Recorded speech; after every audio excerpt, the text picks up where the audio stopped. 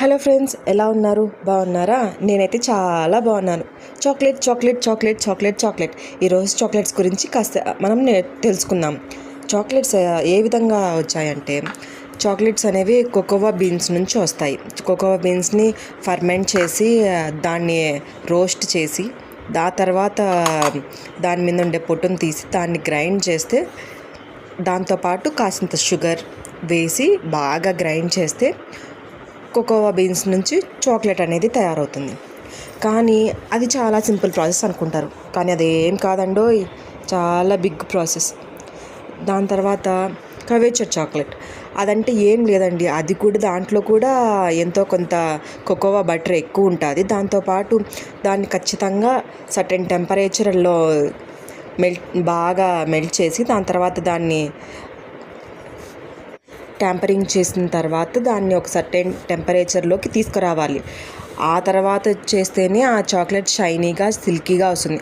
అలా అయితే దాంట్లో ఒక డిఫాల్ట్ ఉందండి, ఏంటంటే త్వరగా కరిగిపోతుంది. అది ఫ్రిడ్జ్లో లేకుండా బయటికి తీసిన ఒక 2-3 మినిట్స్ లేదంటే 5 మినిట్స్, అంతకుమించి ఎక్కువ ఉంచలేమండి.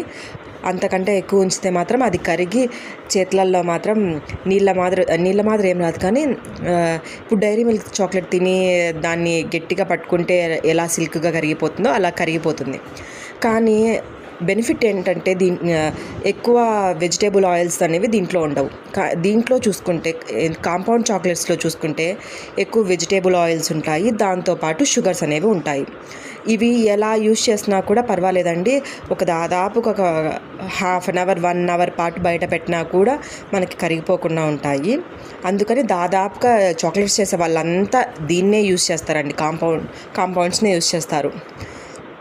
ఇప్పుడు ఈరోజు నేను చేసిన చాక్లెట్ వచ్చేసి కాంపౌండ్తోనే, మిల్క్ అండ్ డార్క్ కాంపౌండ్తో నట్స్ అండ్ ద్రాక్ష అలాగే క్యాష్యూస్ కూడా వేసినాను. క్యాష్యూ క్లిప్ మిస్ అయిపోయింది, సారీ ఫర్ దట్.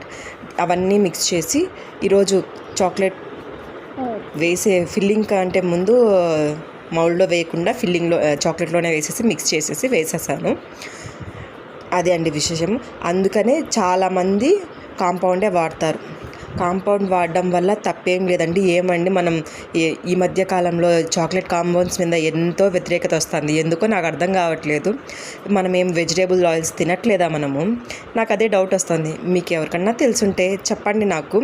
మీరు వెజిటేబుల్ ఆయిల్ తినట్లేదా? ఇంట్లో ఆయిలే వాడట్లేదా మీరు? అసలు ఆయిల్ వాడుతున్నారు కదా, అది హెల్తీ అయినప్పుడు ఇది కూడా హెల్తీనే అండి. తినండి, బాగా హెల్తీగా ఉండండి. See you.